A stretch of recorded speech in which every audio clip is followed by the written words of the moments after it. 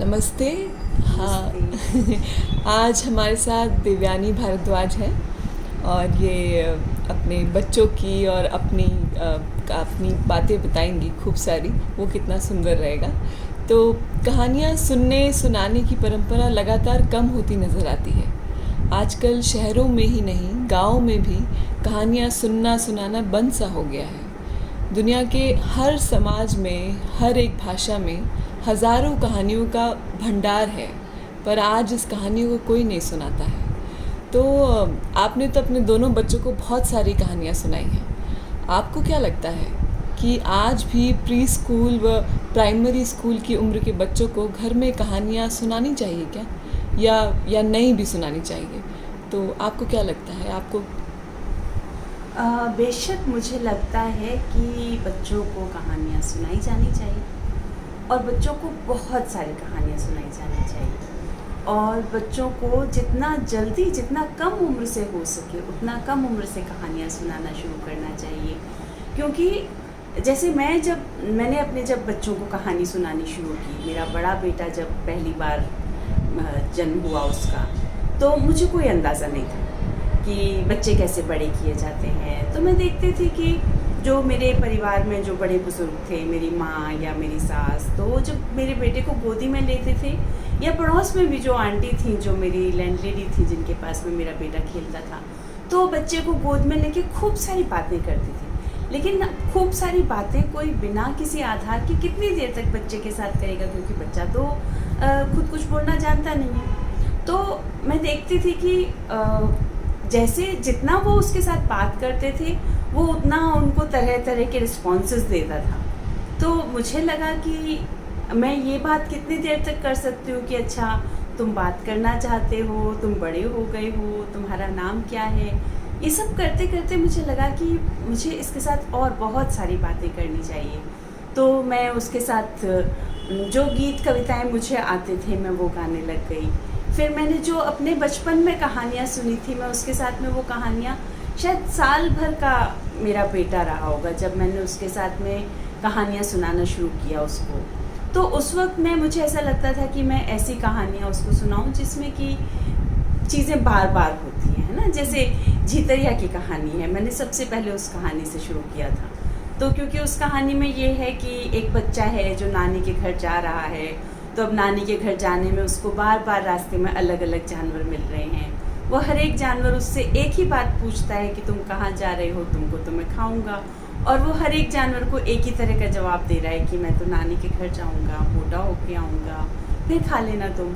और फिर वो वापस लौट रहा है। तो ये पूरा जाने और आने के दौरान बहुत सारे नए शब्द, बहुत सारे नए वाक्य और बहुत सारा दोहरान, ये सब कुछ हो रहा था। और मुझे ऐसा लगता है कि कहानियाँ बच्चों के साथ जब हम बहुत जल्दी कम उम्र में सुनाना शुरू करते हैं, तो बच्चे को बहुत सारी भाषा उसके सामने अपने आप खुलती जाती है, जो हम सामान्य बातचीत में नहीं कर सकते। सामान्य बातचीत में होगा कि हम उसको कुछ चीज़ें करने के लिए कहेंगे, कुछ चीज़ें नहीं करने के लिए कहेंगे।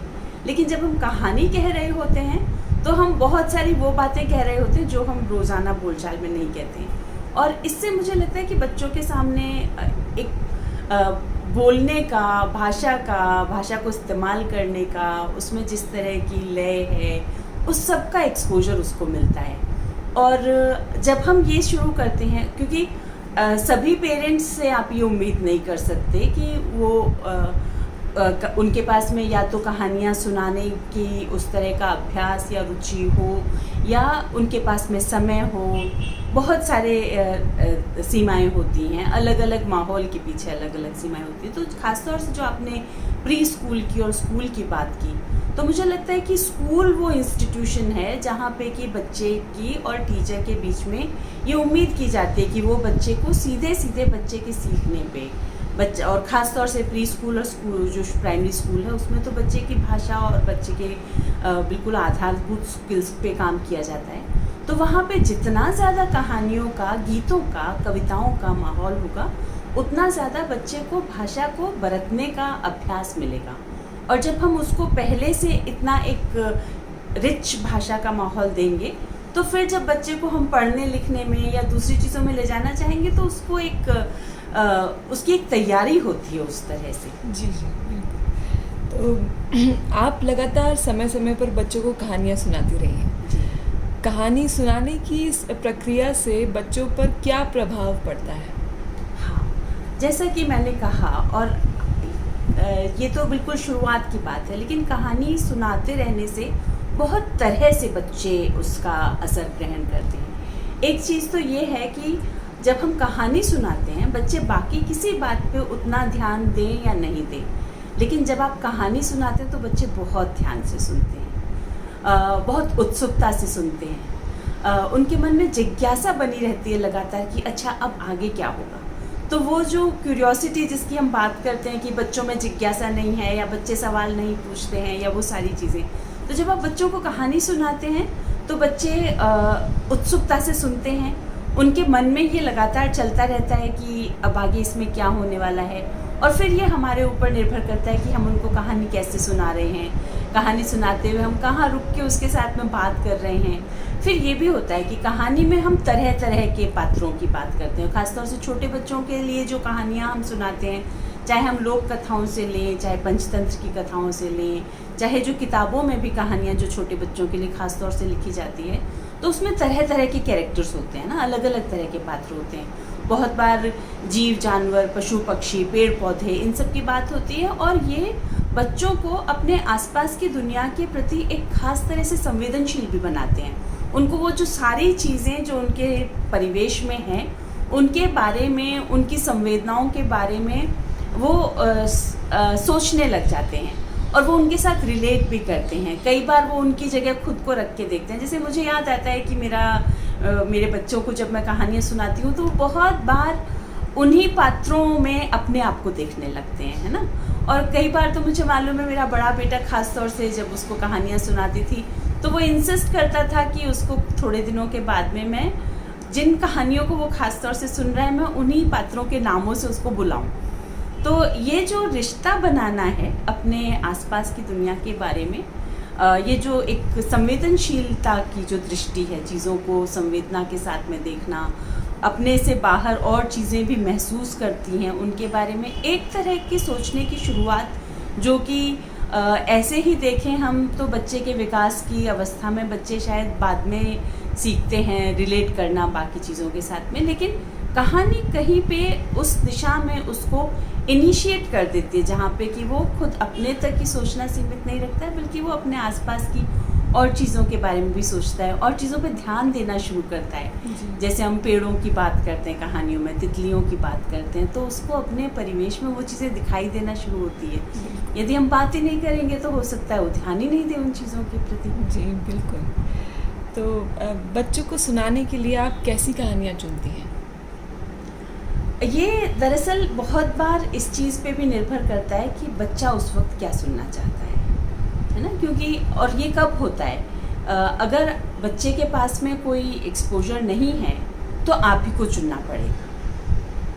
और संयोग से मेरे सामने ऐसे अवसर कम रहे जब मैंने अनजान समूह में कहानियाँ सुनाई हो। मैंने ज़्यादातर उन बच्चों के समूहों के साथ या कम बच्चों के समूहों में काम किया जहाँ पे कि आपके पास में आपको काफ़ी कुछ अनुमान होता है कि बच्चे क्या जानते हैं या किन कहानियों को ये पढ़ना पसंद करते हैं। लेकिन फिर भी कुछ तो क्राइटेरिया रहता है, ऐसा होता नहीं कि बच्चों को सारी कहानियाँ पहले से मालूम हो। तो जैसे बहुत छोटे जब बच्चे होते हैं, जो 2-3 साल के बच्चे हैं, 4 साल के बच्चे हैं, तो ऐसा लगता है कि उसमें कुछ छोटी छोटी कविताएँ हों, छोटे छोटे दोहरान हो, कोई एक पैटर्न हो, है ना। तो इस तरह की कहानियाँ, ज़्यादा छोटे बच्चों को उस तरह की कहानियों में मज़ा आता है। थोड़े समय के बाद में बच्चे उस पैटर्न को पकड़ने लग जाते हैं जी। तो फिर उनको ऐसी कहानियाँ चाहिए जिसमें थोड़ा और रोमांच हो, थोड़ी कहानी ज़्यादा लंबी हो।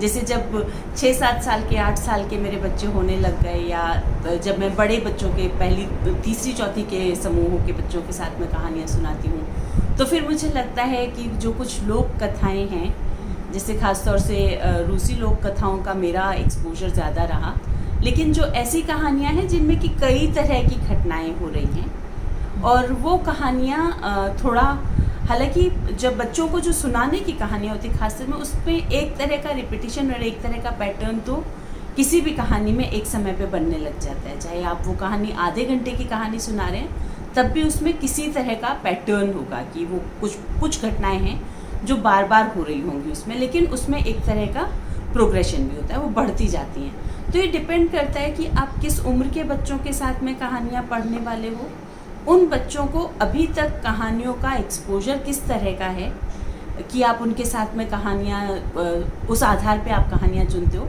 तो कोई बहुत एक स्पेसिफिक जवाब नहीं है इसका जी।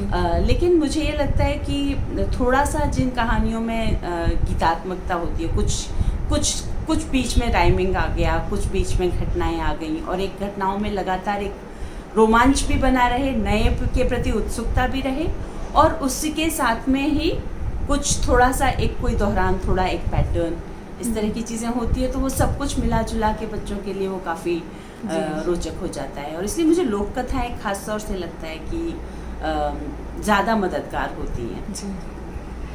कहानियाँ सुनाना आपको कैसा लगता है? मुझे कहानी सुनाना बहुत अच्छा लगता है। मैंने असल में बच्चों के साथ में तो कहानियाँ सुनाई ही, कई बार जब टीचर्स के साथ में हम काम करते हैं तो टीचर्स के ग्रुप्स में कहानियाँ सुनाई, और मैंने देखा कि ऐसे ग्रुप्स जो कि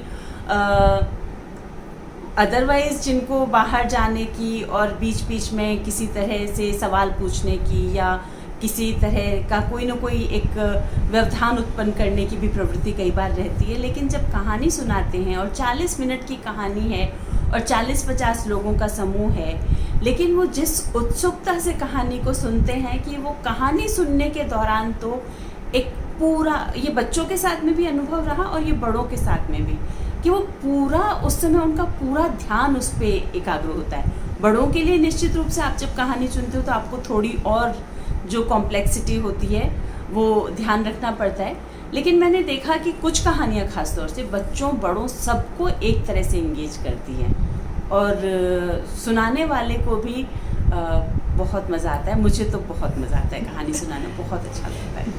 बहुत ही अच्छा लगता है, सच में ये है ही, होना ही चाहिए बिल्कुल। तो बहुत शुक्रिया। शुक्रिया।